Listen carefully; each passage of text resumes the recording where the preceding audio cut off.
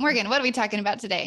Today, we're going to talk about how I quit my job without a plan. I was making $75K a year back then. And last year I produced over $500,000, $500,000 in revenue for my combined companies. And in this video, we're going to talk about that story and tell you how I did it.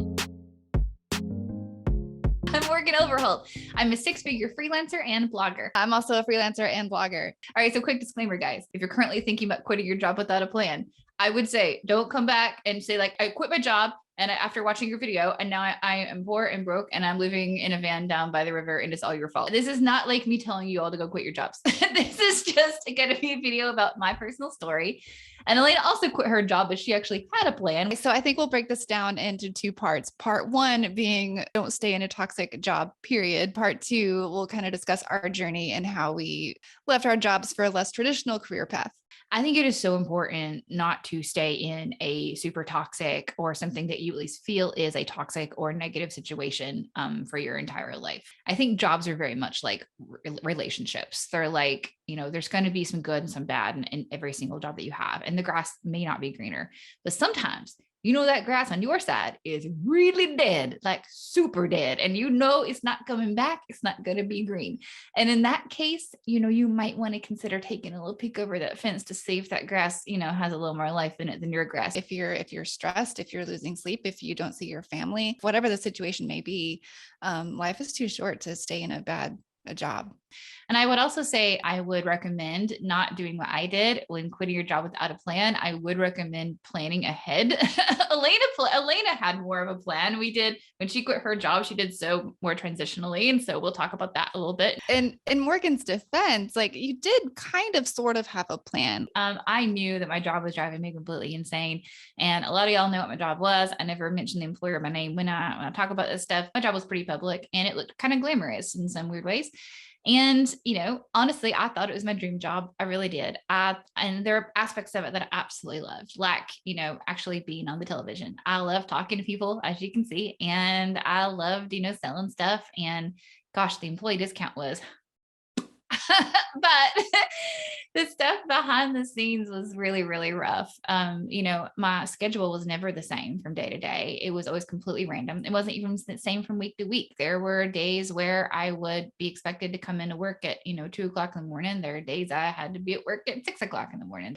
And then on top of all of that, they also had this whole blackout period where you were not allowed to take off any PTO from something like, I think it was like late October to early January. So I had planned to sort of probably quit this job within the year. We kind of ran into a few different things that would not make that possible. First, money. My husband, his job situation, they called him and said, hey, look, we're scaling back and we're going to make you a part-time freelancer instead of a full-time employee. One day I just kind of lost my mind. I walked into a meeting after working 9 days straight without a single day off. And in that meeting, my boss says to me, Morgan, I have an improvement plan for you. And it starts with you being at the office more. And Alaina, from that point on, it was almost like a blacked out. And I was just like, I'm sorry. I'm going to stop you right there. I can't stay in this job a single day longer. I left. I walked out, man. So I kind of knew that I had wanted to freelance, of course, because I quit my job prematurely instead of waiting the proper amount of time to do so. I had less of a runway than I would have liked to have given myself. I called every single person in my digital Rolodex and I was like, hey, look, I'm freelancing now full time. So if you got any work, please send it to me because I'm super poor. No, I'm just kidding. I said, please send me the work because I definitely need it. I got on a platform called Upwork, which is really big for me. People always say I sound like an Upwork commercial. I don't get paid by Upwork to sing their praises, but they definitely help me out a lot. And I have a lot of videos in this channel about how I found success on Upwork. About 3 months in, I started asking Alaina for help. 6 months in, I was like, hey, Alaina, why don't you quit your job too? I was working full time. So we're both graphic designers or have graphic design experience. And I was working for a print company at the time. We're also sisters, by the way, if we hadn't discussed that already. You've helped me out quite a bit though, just, in general. I feel like you've been a really good big sister to me and you've kind of shaped my career in other ways. But anyway, when you quit your job, I don't think that you were planning on doing an agency. You were just trying to pay your bills. I just got to the point where on more than one occasion, I bit off more than I could chew and I had so much work, I couldn't get it done. That's why I started calling into reinforcements. There would be times where you said, Alaina, I'm so busy. I can't take any more work. Can you just like help me with this flyer real quick and I'll give you $100. So I would get off, my job, and then I would come home and get on my computer and, help working out with this flyer. This kind of kept going for a few months. It started as something of just like, I have too much work. Can you help me with this one thing? And then that just kept happening essentially.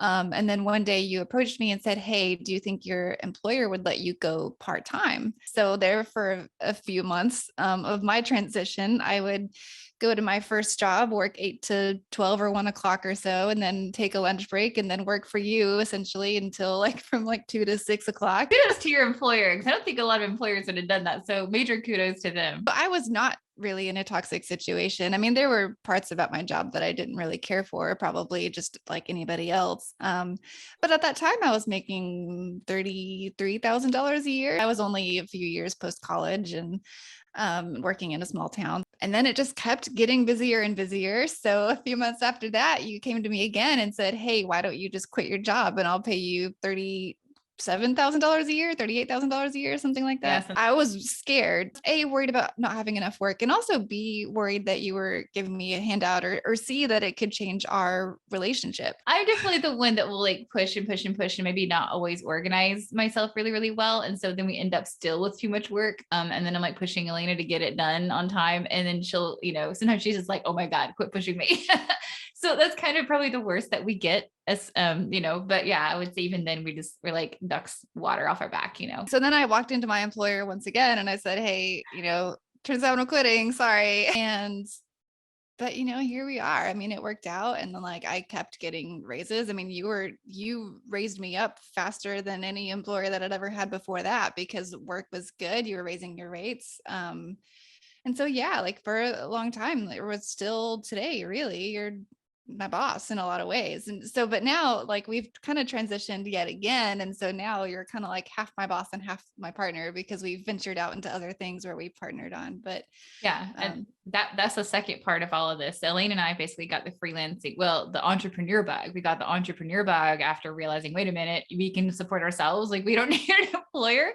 All that to say, everyone's journey is going to look different. And we don't necessarily recommend quitting cold turkey without a plan. Okay. So first of all, entrepreneurship is not for everybody, right? I didn't want, even though we talked a lot about being an entrepreneur in this video, and I will tell you, if you've ever considered being an entrepreneur, you probably should try it, because it's so much better than working for other people. Even your worst day as an entrepreneur is definitely better than your worst day working for somebody else. Like that's been true every single day for me. And we've had some pretty bad days on both sides.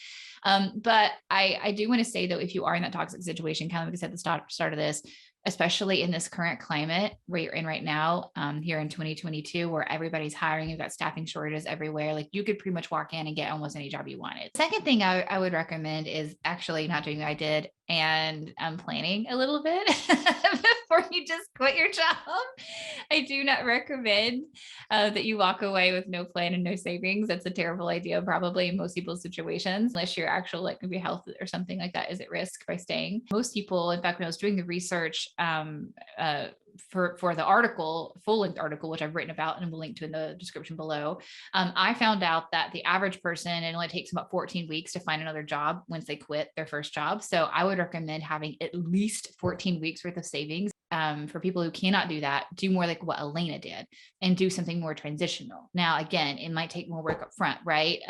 But a lot of people will like work their full-time job and then go home and drive Uber or Lyft or something, or deliver for DoorDash for a little bit. Or perhaps maybe you could work your full-time job and then spend your afternoons freelancing or experimenting in whatever kind of job or skill or service that you're thinking about going for and doing that. Now, yeah, again, that takes up a lot of time of your day if you do it more transitionally, but who knows?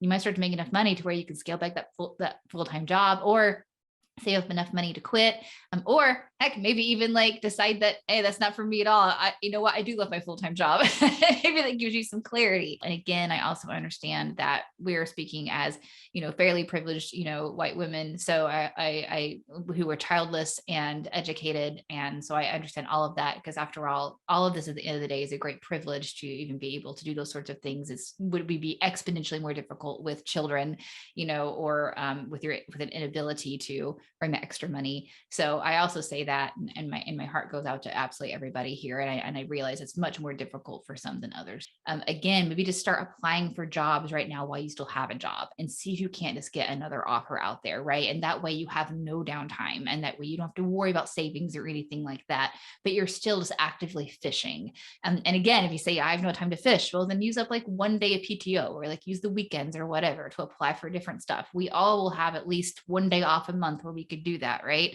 So try to just take, like, even if you set aside an hour to do that, set aside an hour to do that and look for new jobs. Because again, there is no reason to stay in a really bad situation, whether it be relationships, work, or otherwise. Mhm. I've been on a much more transitional path with each venture I've taken on. And lately, like, I'm trying to start like a new blog in addition to everything else, every other projects. But lately what I've been doing is I promise myself like 30 minutes a night, like before I go to bed, essentially 30 minutes every night. And then usually that ends up being 40 minutes to an hour. But it is helping me meet my goals.